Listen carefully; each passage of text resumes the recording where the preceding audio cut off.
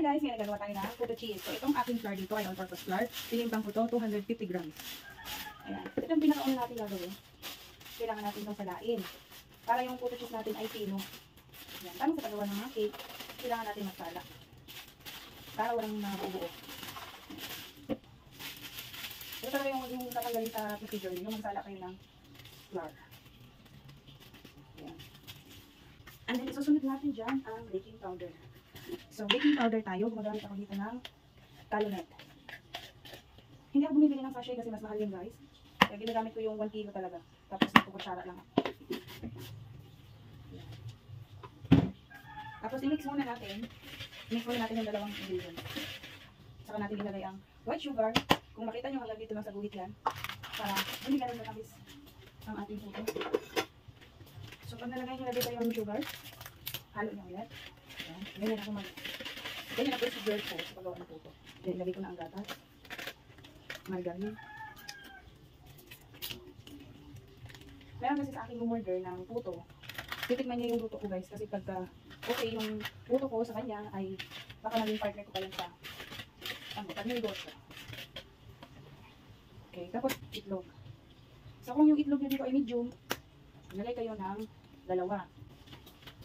So, ako kasi ang ginagamit ko pag puto ay medium. Pagka leche plan naman ay large.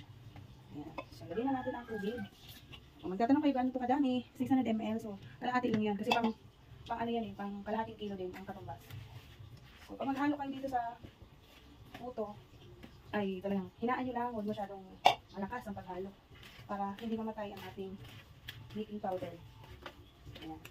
Tapos kunin nyo yung nasa ilalim kasi yun yung mga dry na possible maiwan. Mahirapan tayo pag mamaya pa natin yung na-check na nag-aano na tayo nagpapak or nagsasali na tayo sa mga molder. Ayan. So, ganitong lapot, yung ganitong lapot guys ay hindi pa to okay sa akin. Mas gusto ko yung runny. Again, dahan-dahan lang ang paghalo nyo guys. Makahalo din yan talaga. Ganito lang. Kapag nahalo nyo na, set aside nyo na. Yan, okay na to.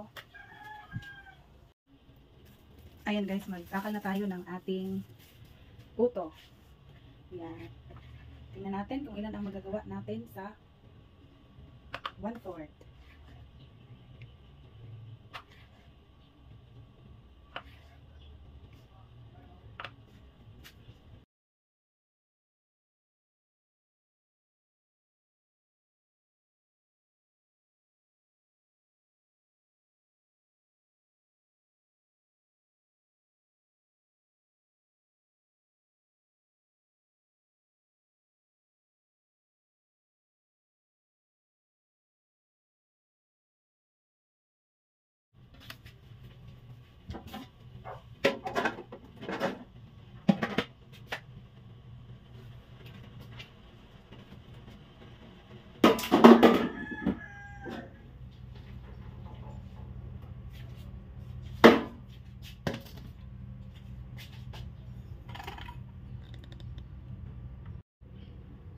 Ayan ang ating puto cheese. Luto na po. Ayan. Ang nagawa natin sa 1/4 kilo ay 34 pieces.